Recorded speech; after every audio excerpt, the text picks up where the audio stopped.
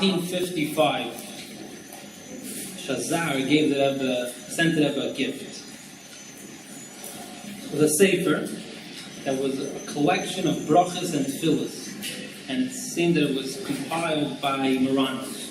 Moranos in Lashon Kodesh is Anusim. The Rebbe writes to him in a letter, to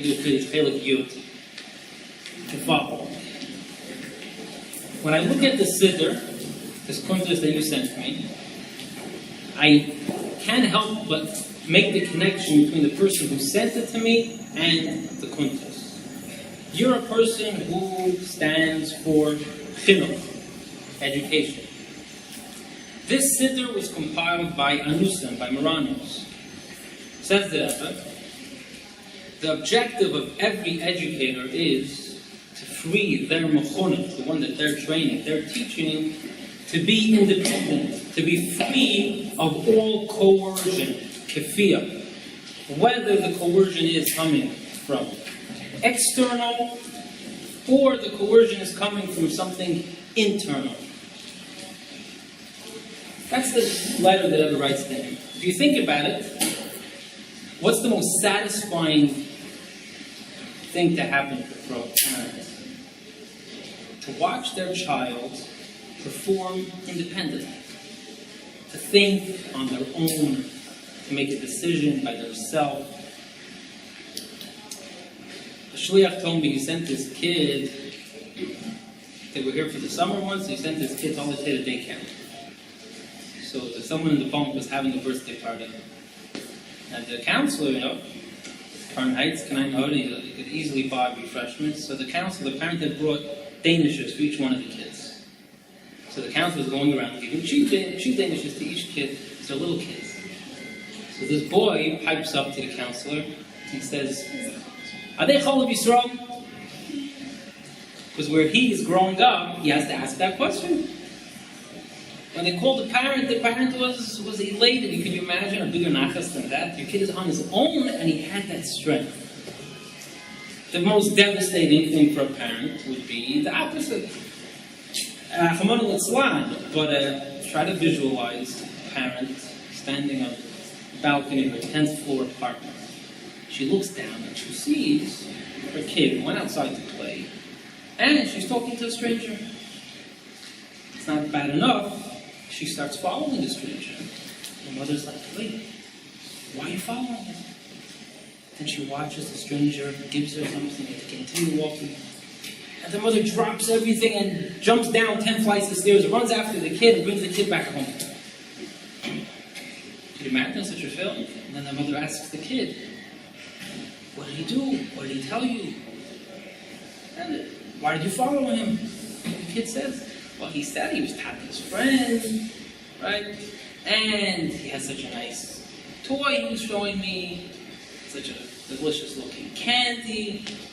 And inside the mother's thinking, why didn't she have that confidence, that strength to say, "I'm not going with you, you're a stranger, my mommy told me not to talk to strangers." So how do we give a kid this inner strength?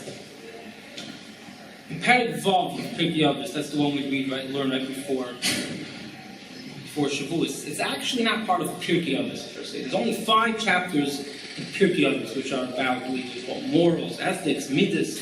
Pirkei Avos is all about Torah. It's called Kinyan Torah. That's why we learn it the week right before Shavuos. But in that Mishnah, in that Pirkei, there's one line in the Mishnah, one verse. The Mishnah says like this. Ein l'cha ben choydin. Can you listen to me? Can I have a siddur again? Thank you. You'd think I'd learn from my mistakes, huh? Bring the Mishnah next time. Sagt das way. It says in the Pasuk, V'haluchois ma'aseh elikim heimo, v'hamichtav michtav elikim hu. The luchos were Hashem's handiwork, and the writing was the writing of Hashem. Choros al haluchos, engraved into the luchos. Al titvei choros, don't read the word choros, which means engraved. Ela chedos, freedom. She'ein l'cha ben choydin, you don't have a free person.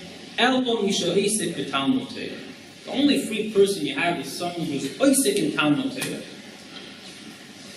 First of all, what does that mean? It's only possible to be free if you have Torah.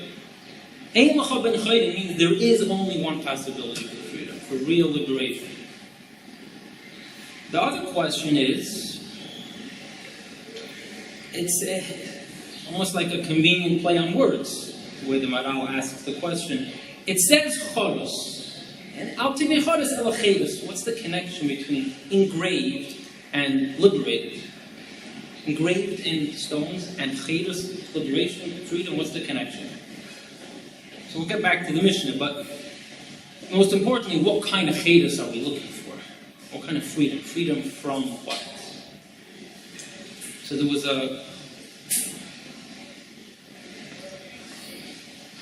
was a master mechanech who lived in Eretz Yisrael. He was a chassid, and I meant to say this, but I lost my train of thought.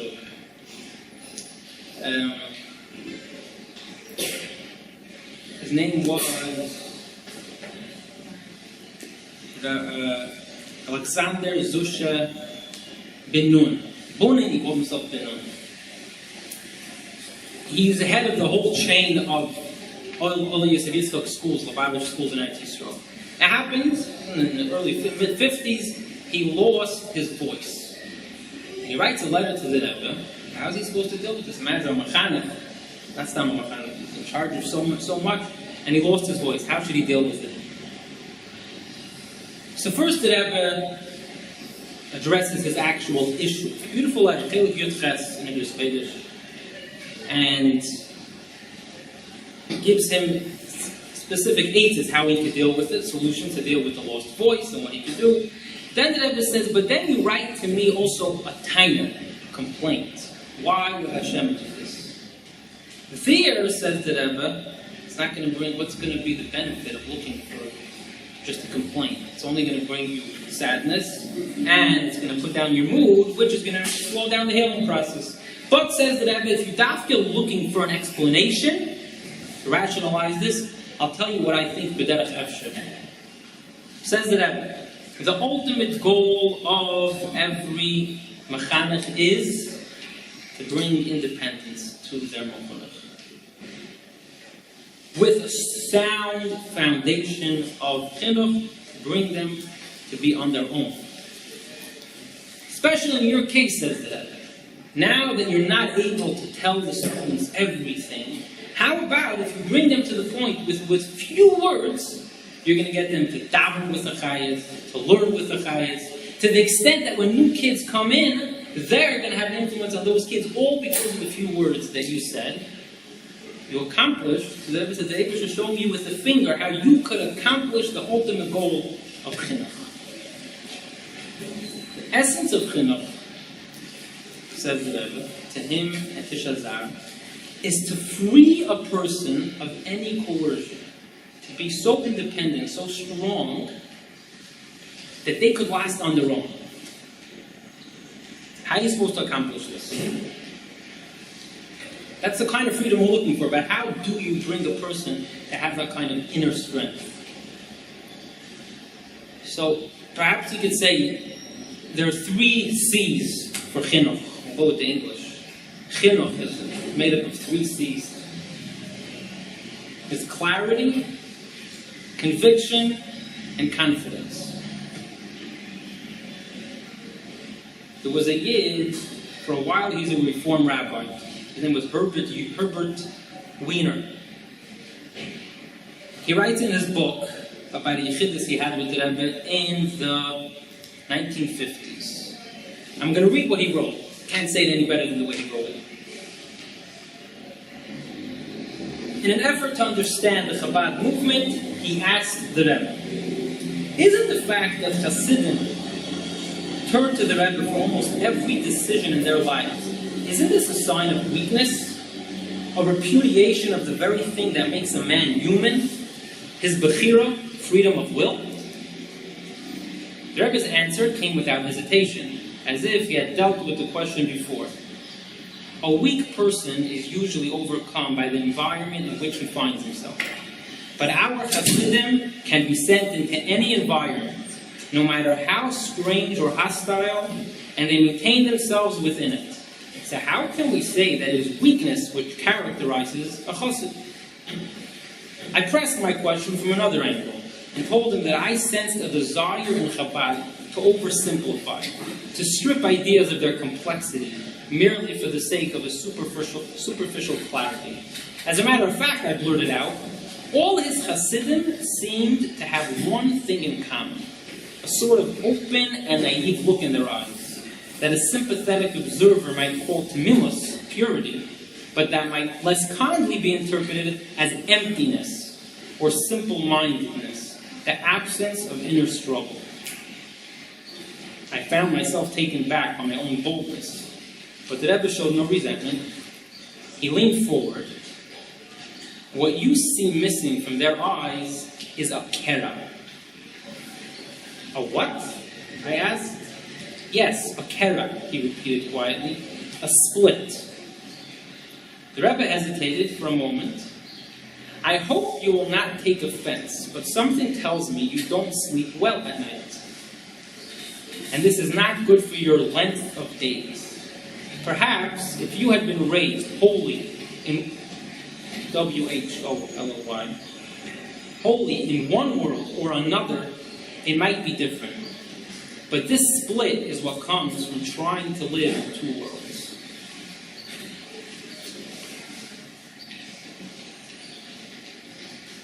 So you meet a Lubavitcher Bocher, and they seem simple. Says the Rebbe, simple, but not plain.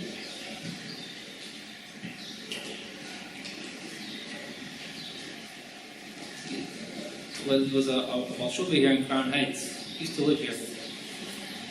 And one of his first impressions, he got married at a later age. One of his first impressions that Lubavitch made on him was young couples. A good impression. And he could not get over the fact that he talks to one young couple after another.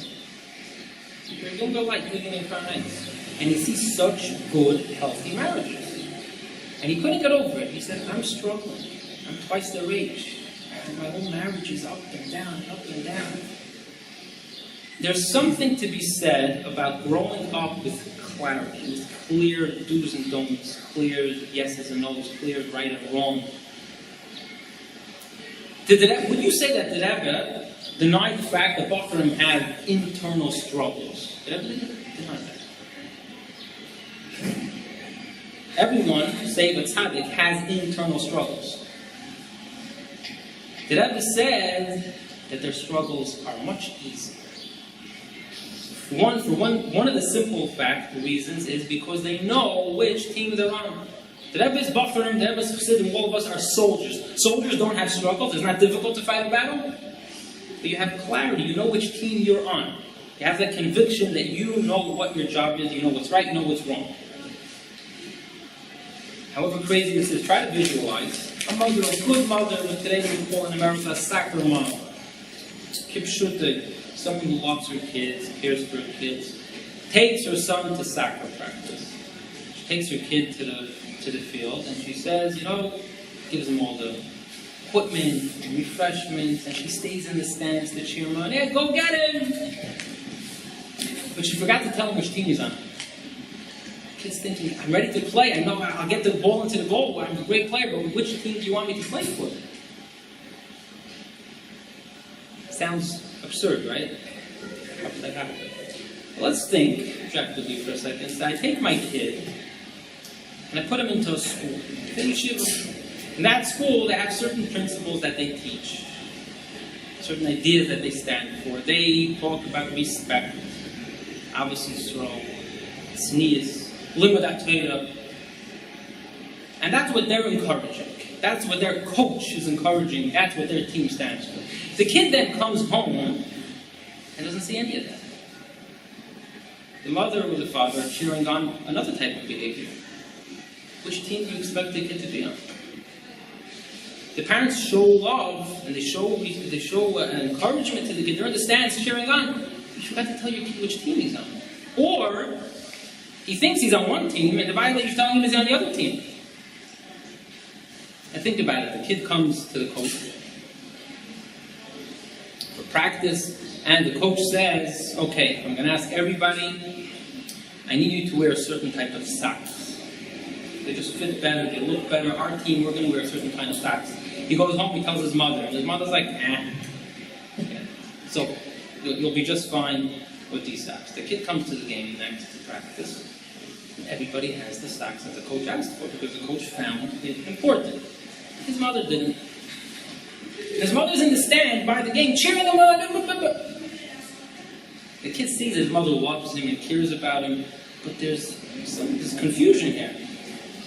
The kid does not have a strong sense that he belongs on this team entirely, that his mother belongs in the values of this team and the decisions made by this coach. And then he goes back home, and his father cares for him also. His father takes time off to practice with him. And the kid says, oh, this is the technique our coach wants us to use. And the father says, I'll tell you how to play. And he teaches him his own technique. The kid goes back to the game, and he's playing differently. A kid like that is going to start feeling awkward, a little out of place, and confused. The parents still think they love their kid, and they do. And they're trying to care for them, but are they giving them the greatest gift, which is clarity? Now, over the years, I got to teach a lot of bochur. Let's talk about the age that we're going into shidduchim. That means preparing for shidduchim, and then marriage. It's pretty fascinating, different types of bochurim that you see. Bochurim today are no dumber than they were 20, 30, 40 years ago. The one thing that, at least from where I see, the one thing that changed is confusion. The opposite three C's would be confusion, complication, caving, copying. You meet different types of bochurim. There are bochurim who are like what that Bochurim described. These are bochurim who are very clear in who they are, what they stand for, what they believe in, what's right, what's wrong, which team they're on. They know themselves. They have a much easier time choosing what kind of girl do I want, what's important to me. They didn't start thinking about that 23 years old. They have strong foundations from when they're a kid. Then you meet somebody else who, possibly from when he was a little kid, was never told with clarity which team he's on. He got one message from this person, another message from his parents, or from somebody else. This person's confused. He wants to be a good husband, he wants to have a good marriage, he's not sure how. On the internet, he sees one idea of what a good marriage is supposed to look like. In the movies, he sees something else. At home, he saw something else. In the farm, he sees another thing. How are you supposed to expect someone like that to make a good, solid, confident decision?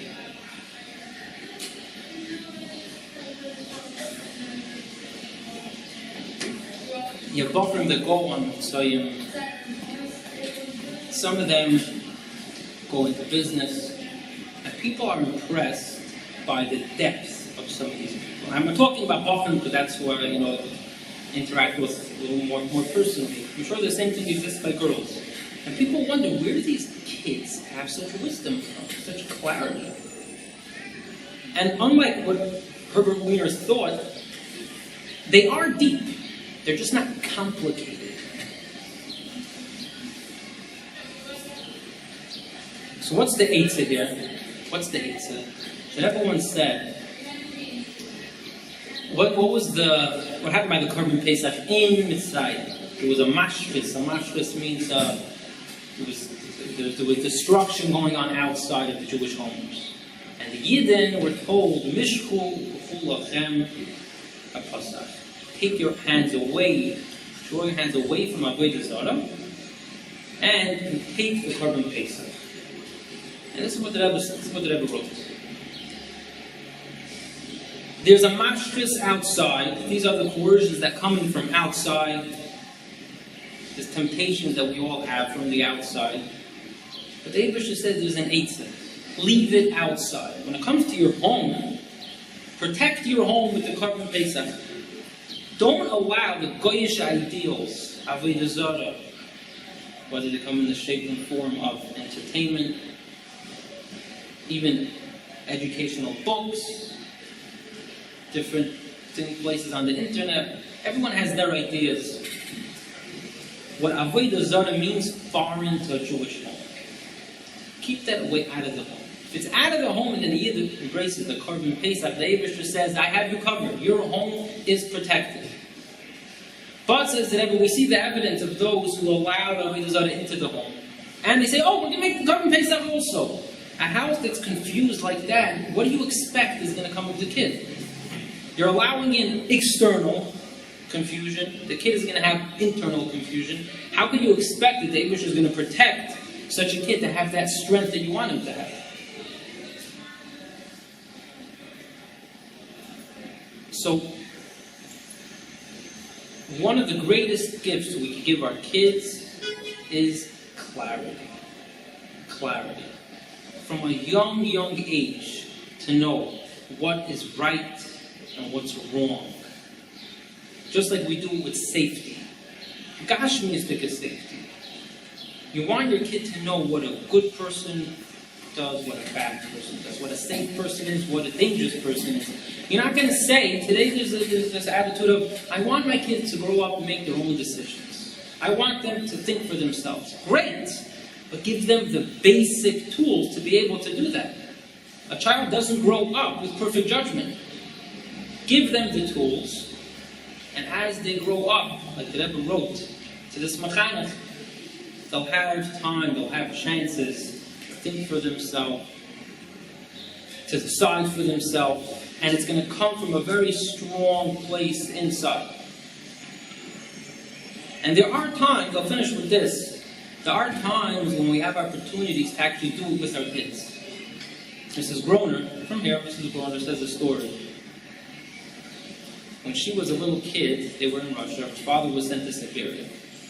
So her mother had to take care of, it was 3 little kids at home, by herself. She had to earn a living by weaving some kind of material she wove. And then she had to wait on the bread line like everybody else to get pushed bread for her kids. Now one of the things you had to do in those days to get bread was to get the ticket, you also had to go to propaganda movies that the communists showed in theaters. So they wanted to show, this is during the war, that they're winning the war and Russia's taking care of their citizens, and mothers had to take their kids. If they didn't go, they wouldn't get the ticket for bread. So Mrs. Groner's mother took 3 little kids with her to the theater. She had no choice. And Mrs. Groner asked her, she remembers this. She remembers the images being very impressive. Who had movies in those days? And wow, they did things in a very impressive way. One of the images she has in her mind still is Russian soldiers standing around the hole with the Germans with their pistols, with their guns pointing at a German soldier coming out to show that they're on top and they're winning. It's very impressive. As they're sitting and watching this, her mother, every little once in a while, she would bend down and whisper, "It's a nit Avos." It's not true. Now, however much we wish that we could always be down there on the floor instead of on the 10th floor with our kid and tell them what's true, what's not true, what's good, what's bad. We're not always going to be there. But we could, number one, we could give them the fundamental core beliefs. What they should be, have the conviction to know what's right with clarity. That's going to give them the confidence that they need. And then whenever such situations come up, a friend shows them something inappropriate, someone offers them something which is not right. That's the Sur Meirah. Or the Asay, you have an opportunity to show them this is what we believe in. We met a Yid, we're going to do a mitzvah with them. It's not just that we're fans of Lubavitch. We actually live by what we're taught. That little whisper is going to stay with the kid. And the kid will have strength, as we talked about at the beginning. Strength, these little kids will impress us. And show that they have it within them to make strong, confident, clear choices in life. Oh, I forgot to get back to the Choros Chedus thing. Forgot to answer that question. What's the choros and cheres? So the Maral actually writes, choros doesn't just mean carved in, it means engraved. Letters that are engraved are called choros, and by the luchos they were engraved through and through. So one of the nakudas the Maral brings out over there is this freedom, this liberation that a person has from Torah is because Torah is part of their life through and through and through, inside to out. When they have that kind of conviction with Torah, that Torah gives them that moral clarity, Torah teaches them what's right, Torah teaches them what's wrong. They have these principles so strong, they don't have confusion inside them. One person, outside of somebody else. That's a free person.